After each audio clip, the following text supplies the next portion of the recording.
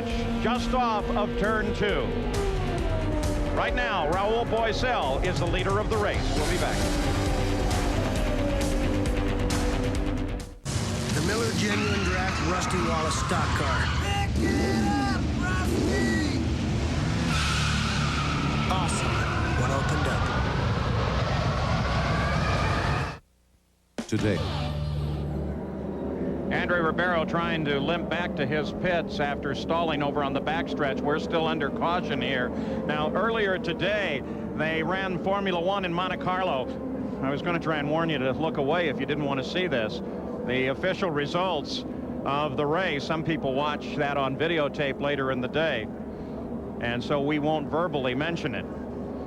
Now, next Sunday, right here on ABC Sports, as we continue under this caution, we will head north as the Indy cars roll onto the 1 mile oval at Milwaukee. The defending champion, Al Unser Jr. and Emerson Fittipaldi will be back and with a vengeance as they return to racing at the Miller Genuine Draft 200. That's next Sunday at 1 Eastern, 3 Pacific, here on ABC Sports. And so under the 5th caution of the day, that for Ribeiro, who has already made it back to his pits. Let's give you a rundown through the entire field with Gugelmin and Goodyear continuing their battle. Look at Gordon up there, but perhaps even more important as you look down through this order, look at 11th place, and just beyond that, you're going to see that Jacques Villeneuve has been moving steadily forward through the field. He's back on the lead lap. He has run what we believe to be the fastest lap so far today at 220.9 miles an hour. All of that for him is despite a 2-lap penalty assessed early on. Now let's go down to the pits and Jack Arute. What a difficult day for Andre Ribeiro. After running as high as in 2nd position, having overheating problems, they solved that. And then all of a sudden he goes out, Paul, and on the way back out after a 2nd pit stop to clean debris, he has an electrical problem develop, and now that is why he is forced to limp all the way back to pit road. It works sometimes, and sometimes it doesn't. We're back to green. With Mauricio Gugelmin at the head of the order, Scott Goodyear, 1 car back, that's Teo Fabi. In between the two of them, Robbie Gordon is 3rd, Bobby Rahal is 4th, Jimmy Vasser is 5th, and Christian Fittipaldi is 6th. They've all just completed stops, 74 laps to go. Look at the debris on the track. That's a real concern. Gugelmin on the left of your screen. Remember, he's a Formula One veteran. He was never able to win there. Very happy to make the transition over to Indy cars. This is the best race that he has had so far since he came to IndyCar racing. Now, your weather guy's going to give you another update. The weather looks good. I don't think it can rain for the rest of the race. That would be great news for everybody here, if it's right. If you're not the typical weatherman, Bobby. Your Albuquerque weatherman's always right. So Gugelmin has now completed 3 pit stops thus far in the race. He should be able to finish with just 3 more, depending on the yellows. So he is right on the game plan. Pac West team giving him great service. There's the 2nd place car of Scott Goodyear. Remember, that has the Honda engine and the Firestone tires. Unusual combination. You know, Sam, we've been wondering about that engine because we know it turns more RPM than any other engine that we've ever had here at Indianapolis. About 1,000 more than the Ford engines do, for example, of which is the majority of the field. And they're still running, haven't given any problems at all. And remember, Bobby, it was just last year that the Honda engine was sort of run out of here in disgrace when Bobby Rahal couldn't get up to speed with it. So this is, we talked about coming back with a vengeance. It's been terrific for Honda. There goes Robbie Gordon. Black flag is going to be shown to the 21 car of Roberto Guerrero. Again, a speed limit violation in the pits. You ride with Robbie Gordon. He is in 3rd place. Scott Goodyear is in 2nd, up about 2.5 seconds ahead of him, but look how much distance that translates to on the track. Seems like an almost impossible distance sometimes to make up. Let's go down to Jerry Punch. Guys, we told you they're getting excellent fuel mileage here from Mauricio Gugelmin. Get a load of this. They pitted on lap 117. They may try to stretch it to lap 150 or 152 for his next stop. And then, if they get a couple of cautions, that may be the last stop they have to make. They are getting outstanding fuel mileage. They will need at most 2 stops, and with a little luck, maybe just 1 more, Paul. Outstanding, almost unbelievable. The prediction would be 3. So with 71 laps to go, we're going to try to get a little bit ahead on some messages so we can have a nice clear run to the finish. 128 laps complete.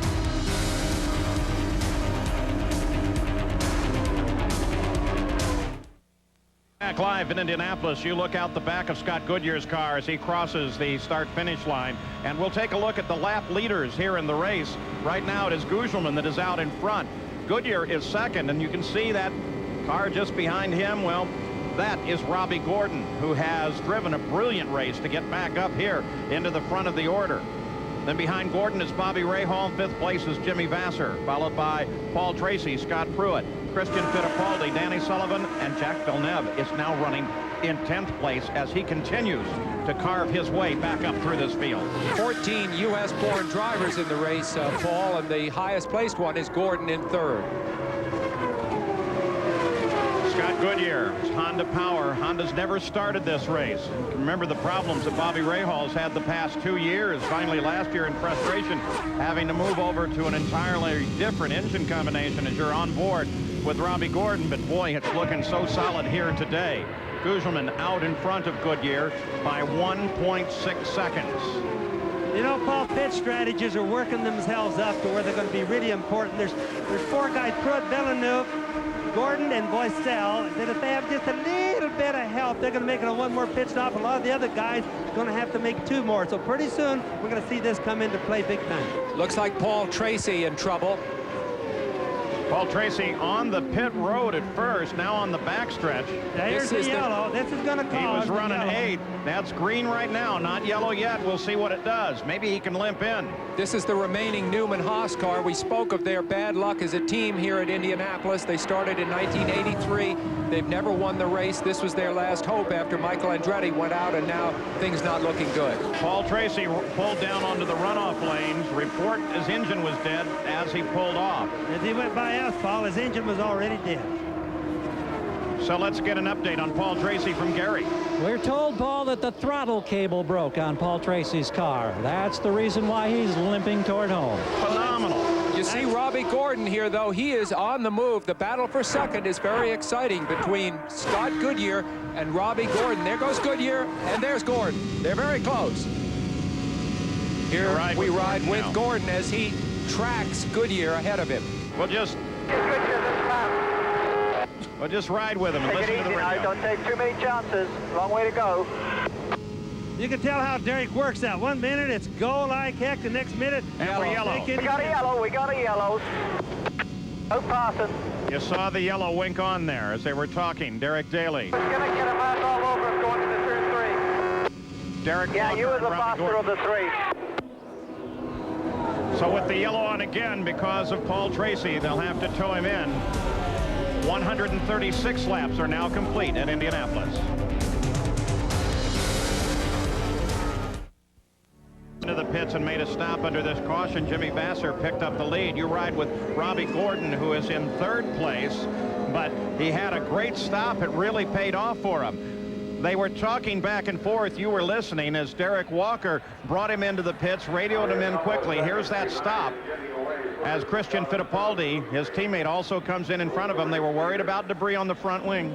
And there is Mauricio Gugelmin as he rolls out, and now watch for Gordon. There's Gordon. And Gordon beats him out of the pits and comes out ahead and therefore into third place. Gugelmin comes out in fifth. Paul Tracy, broken throttle cable. They push him to the pits. They'll try and get that repaired. 2 weeks from today, ABC's Wide World of Sports travels to Belmont Park in New York for the final jewel of the Chrysler Triple Crown Challenge. Dwayne Lucas brings Kentucky Derby winner Thunder Gulch and Preakness winner Timber Country to the Belmont Stakes. Live coverage begins at 4:30 Eastern, 1:30 Pacific, Saturday, June 10th, here on ABC Sports. So with the stops, Jimmy Vasser picks up the lead of the Indy 500, another new name at the top of the order here. As we look through the full field rundown at the conclusion of 139 laps. And keeping an eye, too, on Jack Villeneuve, who has really come back from a 2-lap deficit. Unbelievable. Average speed of the race, 156.318 miles an hour. Again, not near the record set by Arie Luyendyk with his win. That because of the 6 cautions of the day. This one, of course, for Paul Tracy. Stan Fox, the report, is still in surgery at Methodist Hospital, still in serious condition. We'll give you further updates as we have them. In the last 20 years, 14 Indy 500s have been won by drivers who have already won at least once. 9 of those men were Penske drivers, so it's no surprise that we're headed for what looks like a first-time winner. Here we go again. Vassar in the lead. The 27 car of Villeneuve in second place. So Vassar is actually sitting third in the order. Villeneuve is another 4 cars back. There goes Vassar. Keep an eye on the blue and white car, the 27 of Villeneuve. Played it pretty careful through there, Bobby. Yes, and 33, Cale Fabi, is in the same lap, Paul, in front of these guys. Now, he's just going like heck because he's got, even though he's in the same lap, he's got all the way back around to make it as they went by. Got a look at Sam Pedri and Stefan Johansson there, 59 laps to go. There's Goodyear, third place. Robbie Gordon is fourth. Scott Goodyear, Steve Horn told me the other day, there he goes, ripping by. He comes around the Menard car. Yeah. Unbelievable. I think the Menards are crippled at this point. Steve Horn said Scott Goodyear is the most patient driver he has ever worked with, and that, of course, includes Bobby Rahal, is a very patient man, and I think that's what you need at this point in the race. You don't need to catapult yourself back into the lead. You just need to think your way through it. There's a lot of racing you left. Everybody overhauling the pole sitter, Scott Brayton, as he continues to struggle. There's Scott Goodyear. He runs now in his pursuit. That's Scott Pruitt, lined up just behind him. Right, going by Johansson right there.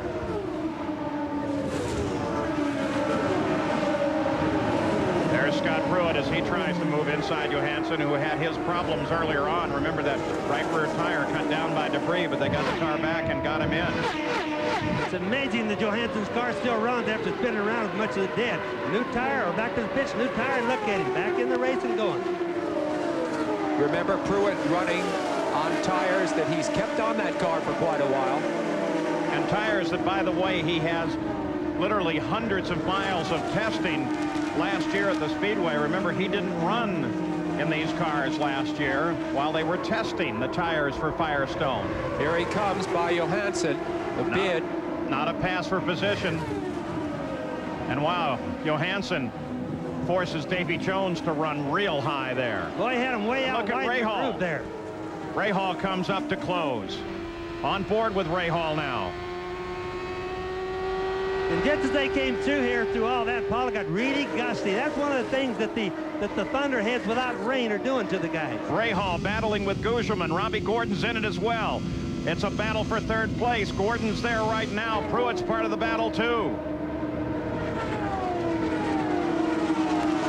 Now they stretch out just a bit. Oh, Gordon almost into the wall.